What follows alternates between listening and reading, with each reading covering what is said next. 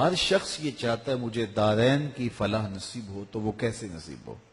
ارشاد فرمایا قد افلح المؤمنون، بے شک فلاح انہوں نے پائی جو اہل ایمان ہیں. یعنی سب سے پہلی اور بنیادی اکائی ایمان ہے. اگر کسی شخص نے ہر شعبہ زندگی میں کامیابی کے جھنڈے گاڑ لیے لیکن ایمان کا نور اس کے پاس نہیں ہے، کوڑی مل نہیں ہے اس کا، تو سب سے بڑی دولت جو ہمیں اس دنیا پہ دی گئی ہے وہ دولت ایمان ہے. دوسری بات، وہ اپنی نمازوں میں خشوع کرتے ہیں. یہ کیفیت پیدا کرنے کی ضرورت ہے نمازوں کے اندر، تاکہ نماز کا حظ، نماز کا لطف نصیب ہو. آگے فرمایا والذین هم عن اللغو معرضون، اور وہ لغویات سے اعراض کرتے ہیں، فضول اور بیہودہ امور میں زندگی ضائع نہیں کرتے. ان کی زندگی کا ایک ایک لمحہ با مقصد ہوتا ہے. زندگی ہے ہی کتنی کہ اس کو فضولیات میں گزار دیا جائے. آپ دیکھیں جس عمر کے حصے میں بھی ہیں تو ذرا ماضی میں دیکھیں، یہ کل کی بات نہیں کہ ہم گلیوں میں کھیلتے تھے، اب یہاں آ کے بیٹھے ہوئے تو 50 سال 60 سال 20 سال 25 سال 40 سال چٹکی بھرتے ہوئے گزر گئی. یہ کل کی کہانی لگتی ہے. تو آگے ہمیں پتہ ہی نہیں ہے کہ زندگی بقیہ ہے کتنی. تو جب زندگی اتنی مختصر ہے، وقت اتنا تھوڑا ملا ہے، تو ہم اس کے متحمل ہی نہیں ہیں کہ اس کو فضولیات میں ضائع کریں. اپنی زندگی کو قابو میں رکھو، زندگی کو کنٹرول میں رکھو، اور بے مقصد ایک لمحہ بھی گزرنے نہ پائے. ادارت المصطفیٰ کی کامیابیوں کا ایک راز یہ بھی ہے کہ ہم نے وقت کی پابندی کا کلچر متعارف کروایا ہے. ہمارے جلسے 1.5 گھنٹے سے 2 گھنٹے سے زائد نہیں ہوتے ہیں. بڑی کانفرنس جو وہ بھی 3 گھنٹے سے زائد نہیں ہوتی ہیں. جو ہم ٹائم دیتے ہیں آغاز کا اور اختتام کا، اس کے مطابق ہم شروع کرتے ہیں. مختلف شعبہ حیات میں مصروف تین لوگ بھی ہمارے اجتماعات میں آنے سے ہچکچاتے نہیں ہیں. انہیں پتہ ہے کہ جو وقت دیا ہے اس کے مطابق ہی ہم واپس آ جائیں گے، یہ نہیں کہ جا کے وہاں پھنس ہی جائیں گے. تو ہم اس لیے بہت ساری چیزیں اسٹیٹ سیکرٹری کو نکال دیا کہ بس ٹھیک ہے، آپ اگر کوئی 15 منٹ روزانہ میرا تعارف کرواتا ہے کہ اب آپ کے سامنے حضرت علامہ مولانا مفتی صاحب آ رہے ہیں، تو آپ تو سارے مجھے جانتے ہیں، تو اس کی ضرورت باقی نہیں رہتی. یہ صرف میرے نفس کی تسکین ہے جو روز پوری ہوتی ہے. تو میں نے کہا اس کو نکالو.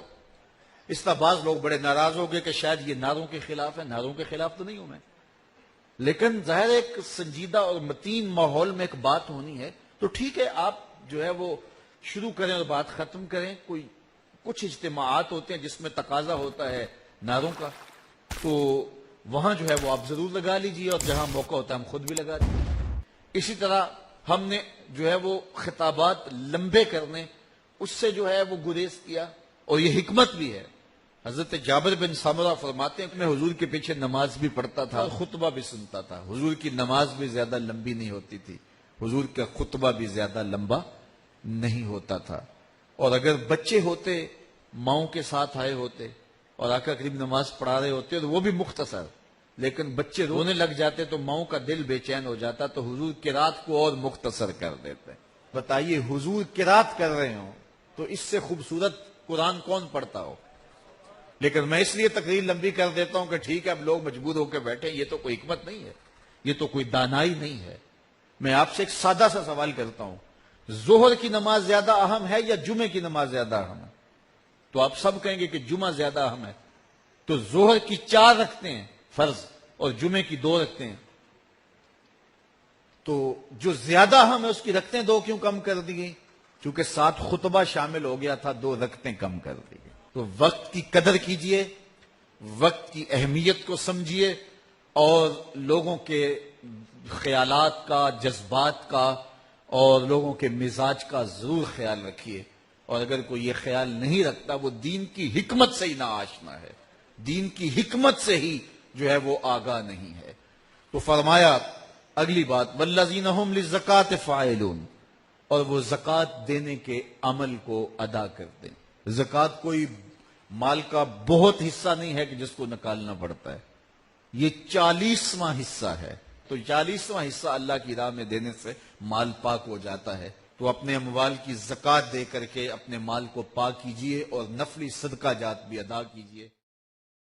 دل کی جو بیماریاں ہیں وہ ہے حسد، حقد، بغض، کینہ، نفرت.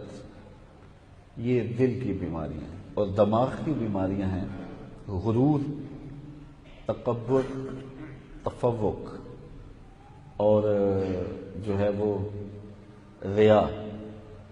یہ بڑی باریک بیماریاں ہیں اور اللہ معاف کرے ہم میں سے کثرت کے ساتھ لوگ ان بیماریوں کا شکار ہوتے رہتے ہیں. اور یہ ایسی بیماریاں ہیں جو کسی کا تو کچھ نہیں بگاڑتی، اپنا چین، اپنا قرار لٹ جاتا ہے اور اپنی زندگی کا سکون برباد کر بیٹھتا ہے بندہ. یعنی یہ بیماریاں دنیا کی زندگی کو بھی تلخ کرتی ہیں اور انسان کی باطنی زندگی کو بھی برباد کر دیتی ہیں. یہ اس کی دونوں زندگیوں کے لیے بربادی کا سبب ہے. اللہ نے آپ کو عزت دی ہے تو اگر میں اس سے حسد کرنے لگ جاؤں گا تو کیا میرے دل کا وہ حسد یا آپ سے بغض آپ کی عزت کو، آپ کی دولت کو، آپ کی شہرت کو چھین لے گا؟ نہیں چھین لے گا. آپ کو تو کوئی فرق نہیں پڑتا. ہاں یہ ہے کہ میرے حسد کی کہانی آپ تک پہنچ جائے تو آپ پریشان ہو جائیں گے کہ یار اس شخص کے بارے میں تو ہمارا بڑا اچھا نظریہ تھا، یہ اتنا غلط آدمی ہے. تو اس سے آپ کو ایک تکلیف ہوگی وقتی طور پہ، پھر آپ اس سے گزر جائیں گے. لیکن جو میرے دل میں حسد پیدا ہو گیا آپ کے لیے تو میں ہمیشہ اس آگ کے اندر جلتا رہوں گا اور اندر سے وہ جو بے چینی ہے اس بے چینی کو کبھی بھی میں بھلا نہیں پاؤں گا. یہ تو میرا ظاہری نقصان ہے. زندگی کی میسر خوشیاں جو ہیں ان سے میں متمتع نہیں ہو پاؤں گا، نفع بخش میرے لیے نہیں ہوں گی. اور جو باطنی نقصان ہے وہ رسول کریم صلی اللہ علیہ وسلم نے ارشاد فرمایا کہ حسد نیکیوں کو اس طرح کھا جاتا ہے جس طرح سوکھی ہوئی لکڑیوں کو آگ کھا جاتی ہے. تو یہ ویسے کہی ہوئی بات نہیں ہے، یہ حقیقت میں نفس الامر میں ایسا ہی ہے کہ حاسد کی نیکیاں محسود کے نامہ اعمال میں درج کر دی جاتی اور یہ کتنا بڑا اس کا نقصان ہے. اسی طرح بغض ہے، اگر میں کسی کا بغض اپنے سینے میں پال لیتا ہوں تو اس کا کیا بگڑتا ہے اس سے. اور میں ہر وقت بے چینی میں ہوں، ہر وقت اضطراب میں ہوں، اس لیے کہ میں اس بیماری میں مبتلا ہو گیا ہوں. اور اس کا روحانی نقصان کیا ہے کہ اللہ تعالیٰ کی نظر رحمت سے محروم کر دیا گیا. اگر میرے سینے میں کسی کا بغض ہے تو یہ اس کا روحانی نقصان مجھے اٹھانا پڑے گا، آپ کو اٹھانا پڑے گا.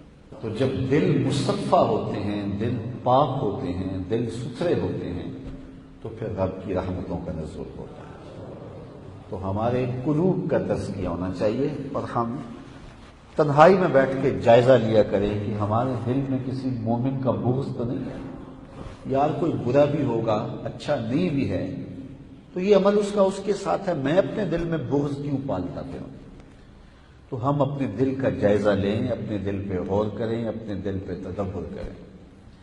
حضرت بایزید بستامی علیہ رحمہ فرماتے ہیں میں 10 سال تک دل کے دروازے پہ بیٹھا رہا اور میں نے اپنے دل میں غلط بات نہیں جانے دی. کہا پھر 10 سال میرے دل نے میرا خیال رکھا اور کہا اب 20 سال ہو گئے ہیں، دل کو میری خبر نہیں، مجھے دل کی خبر نہیں. وہ اپنے کام میں لگا ہے، میں اپنے کام میں لگا. تو قد افلح من تزکا، کامیاب وہ ہوا جس نے اپنے من کو ستھرا کیا، اپنے باطن کو روشن کر لیا. اللہ تعالیٰ مجھے آپ کو اپنے باطن کی پاکیزگی کا سامان کرنے کی توفیق عطا فرمائے. اللہ مجھے آپ کو اپنی رحمتوں کے سائے میں رکھے اور ہمیں ایسا مسلمان بن جانے کی توفیق نصیب کرے جس طرح کا مومن میرا رب دیکھنا چاہتا ہے. ہم کے بندے ہیں ثنا کرتے